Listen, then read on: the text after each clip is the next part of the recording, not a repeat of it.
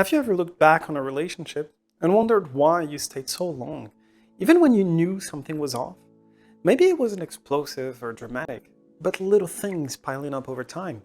The constant criticism about how what you did was never enough, the sarcasm that always contained a sting disguised as a joke, the way everything somehow shifted to meet their needs while you were neglecting yourself, the way you had to second guess your words all the time so you wouldn't trigger them until you silence yourself in the process.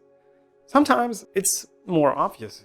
They withheld affection to punish you, gave you the silent treatment whenever you questioned them, apologized just enough to keep you hooked without ever being really sorry, and did it again anyways. Flipped from loving to cruel so fast you started doubting yourself and the type of relationship you had. And the hurt you experience makes it easy to focus only on their behavior. So you list every manipulation, broken promises, mood swings, every time they ignored your boundaries or were nicer just because they needed you for something. Over time, each little cut teaches you to shrink, to doubt, to stay small. But the truth is, toxic relationships are co-created, and they reflect back the parts of yourself you haven't faced yet, the old wounds you carry, the crippling fears of conflict or abandonment, the triggers and emotional traps that keep you stuck in the same destructive patterns, and the blind spots that quietly blurred the lines between unconditional love and tolerating disrespect. Toxic relationships might look different from one another, but underneath, the patterns are there. They're well documented. They're similar. And although your first instinct when you're in pain is to focus on the other person's behavior or to guilt trip yourself for tolerating that, in fact, they actually expose the lessons you absorbed long before your relationship even began, which in turn should help you understand why you fall for unhealthy dynamics so you can finally break them. Take, for instance, constant criticism. They always correct you, always nitpick everything, sting with jokes or demeaning comments. But the attack isn't about something you did. It's about who you are. The criticism doesn't stay on the surface of a single action. It goes after your personality, your character, the traits that make you you. They'll question your intelligence, mock the way you laugh, comment on your body, or treat your preferences as a flaw. And because the target is your very identity, it cuts deeper. I mean, you can change a behavior, but how do you even defend the core of who you are? That's why it leaves such a lasting mark and slowly convinces you that you're the problem. Now, if you grew up around judgmental parents, you've probably absorbed the message that you're not enough. So your partner's words don't feel shocking. They actually make sense. They echo your inner voice that already doubts your worth, to the point that you don't even register compliments when you receive them, because they feel so foreign, so far off of your self-image. But you still chase this external validation, those rare moments of approval, in the hopes that it will finally rewrite the story you tell yourself. Other times, the hurt shows up when they're triggered, in the way their disappointment or frustration is expressed through sudden anger that makes you shut down. They raise their voice, have an outburst, throw sharp words or insults, and quickly turn the conversation into conflict and hostility. Other times, they don't yell at all. They simply retreat, refuse to talk to you or even look at you. But whether it's anger or distance, the message is the same. You did something wrong, and now it's on you to fix it. If you grew up in an environment where love or attention could be pulled away the moment you upset someone, this doesn't just bother you, it flips a switch. You start replaying every word, wondering what you should apologize for, what you should stop doing, who you should stop seeing, and you keep rushing to smooth things over. You feel distraught and ignore your own boundaries because all you want is that moment when things finally feel okay again, and when they're kind and affectionate again.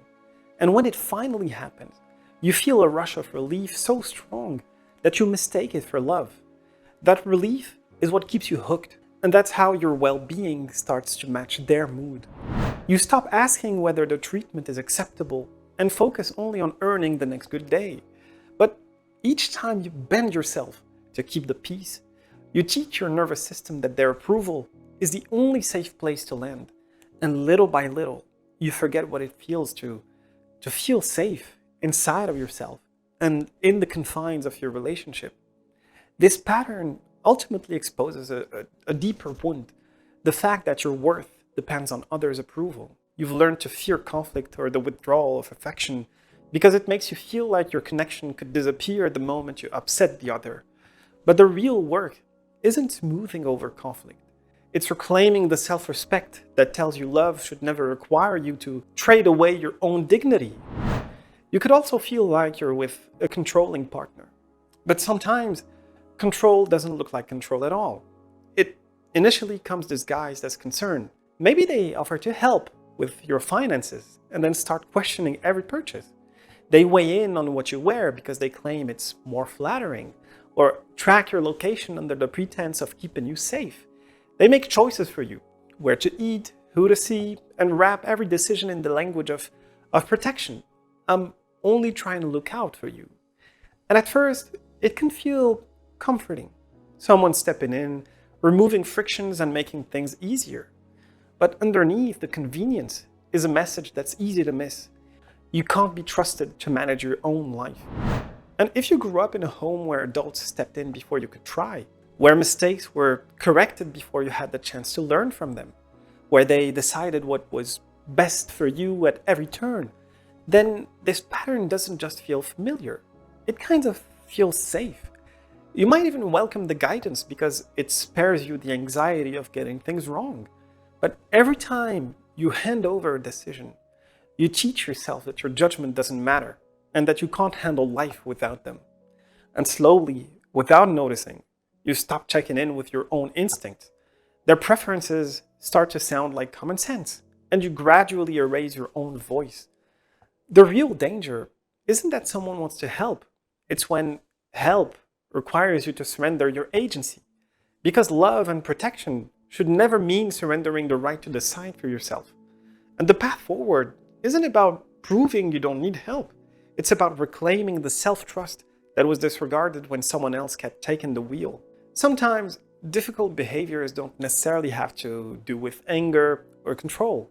In fact, another pattern is the partner who can never be counted on. There's always a mismatch between their words and their action. So you know they can't be trusted or relied upon. They cancel plans at the last minute. They promise to help and bail. They forget important dates. They're being irresponsible and they always brush it off as if it isn't a big deal and you're being dramatic. Although at first you give them the benefit of the doubt and you make excuses. Life is busy. Things come up. They're going through a rough patch. But over time, you realize the pattern isn't circumstantial. It's structural. It's about disregard. It's about making you carry the mental load of their inconsistency until having to adjust to their unpredictability becomes exhausting. It's like having an adult child to look after, carrying the emotional load, quietly doing the things they were supposed to do behind their back. And you can tell yourself that you're being flexible, but deep down, you're compensating.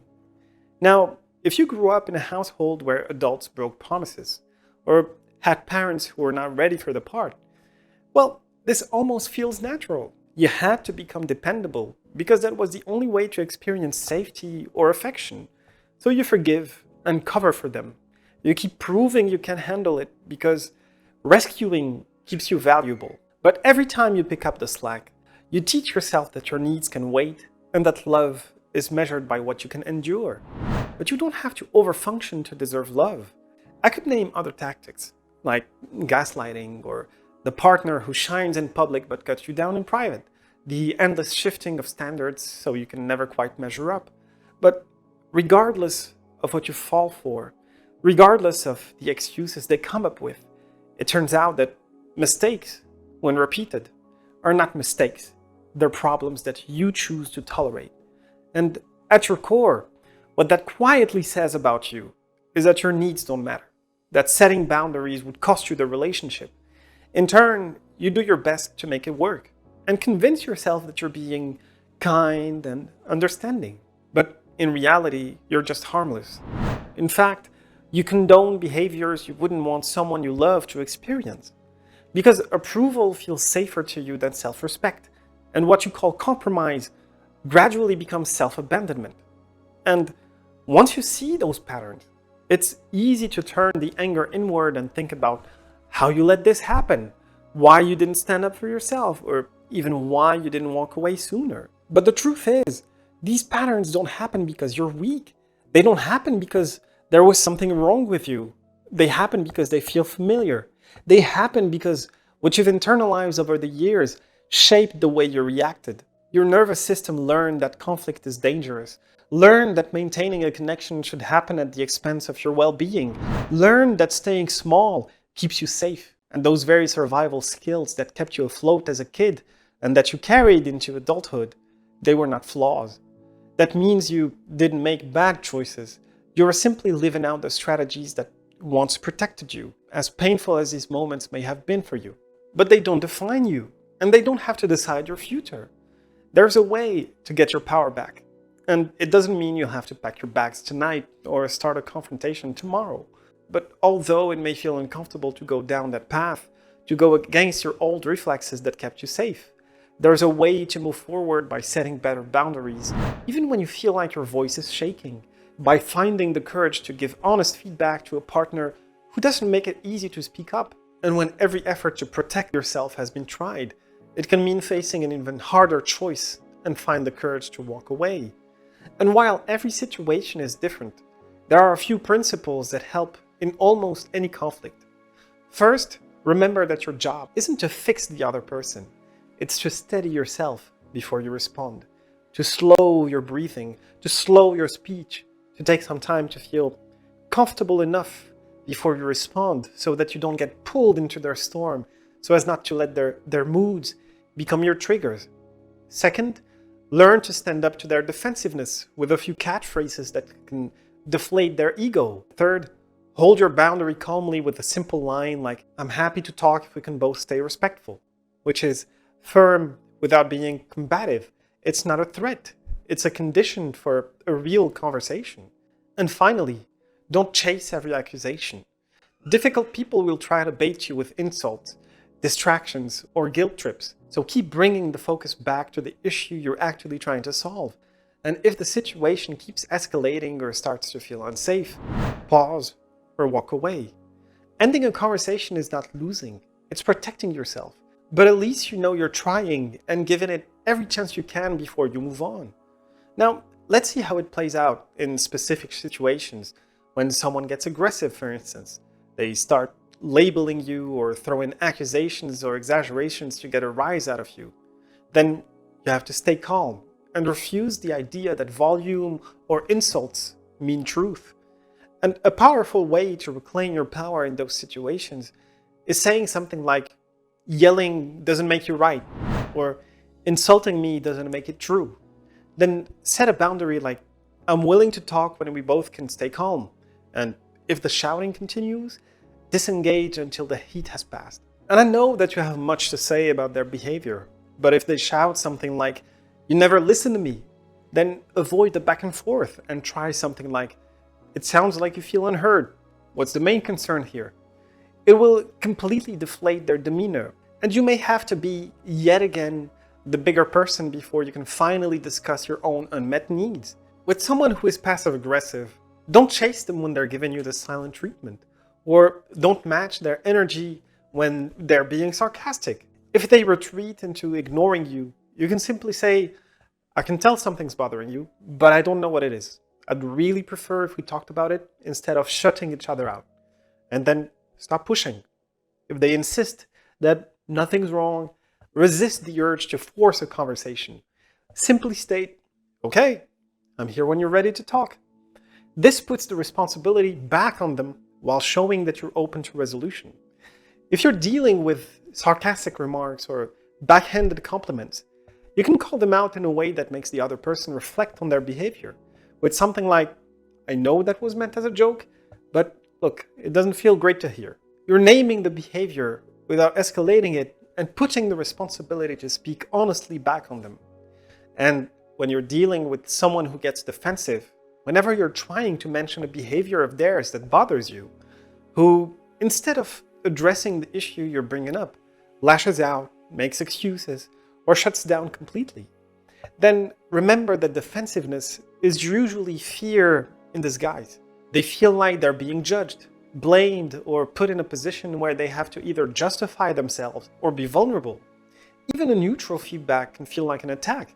So the strategy here is to frame your words as observations or I statements instead of accusations. Instead of saying something like, "You never listen to me," try, "I notice that when I bring up my concerns, the conversation shifts to other topics. I feel unheard and really want to make sure we understand each other." And if they're still triggered, then first acknowledge their perspective with something like, "It sounds like you're frustrated because you feel like I'm not considering your workload, your circumstances, or whatever." At the same time, don't reward avoidance. Defensive people will try to dodge accountability by shifting blame or making excuses with, "It's not my fault. You should have reminded me." If you let this slide, the pattern will continue. Instead of engaging in a back and forth about whose fault it is, redirect the conversation. "Look, I'm not trying to place blame. I just want to find a way to prevent this from happening again." You're going after the problem without making the other a problem. And that will go a long way in having respectful conversations. These approaches aren't about winning the argument or getting the other person to change overnight. They're about protecting your own clarity and mental health and proving to yourself that you can stay grounded even when someone else is trying to pull you off balance. But more than anything, these tools are meant to help you overcome your fears of conflict. And instead of quietly building up resentment over your unmet needs, you're forced to confront the reality of who you're dealing with. You stop idealizing the other and start seeing them for who they really are, whether that's someone capable of empathy, willing to listen, able to recognize your pain, mature enough to admit their flaws, and brave enough to make changes for the good of the relationship. And once you've tried, like really done your best, and feel like it's time to draw the line, then you stop clinging to the vague idea or hope that things might magically improve someday. You see whether the other is ready for genuine commitment or whether it's time to accept they're not. And from that point on, if you do decide to stay, then you'll have to explore what secondary payoff you are getting from your relationship that costs more than your own well-being. And that's something I may explore in another video. If this message resonated with you, let me know in the comments below or share it with someone who might need to hear it. And if you'd like more reflections like this one, then be sure to subscribe so you don't miss the next video.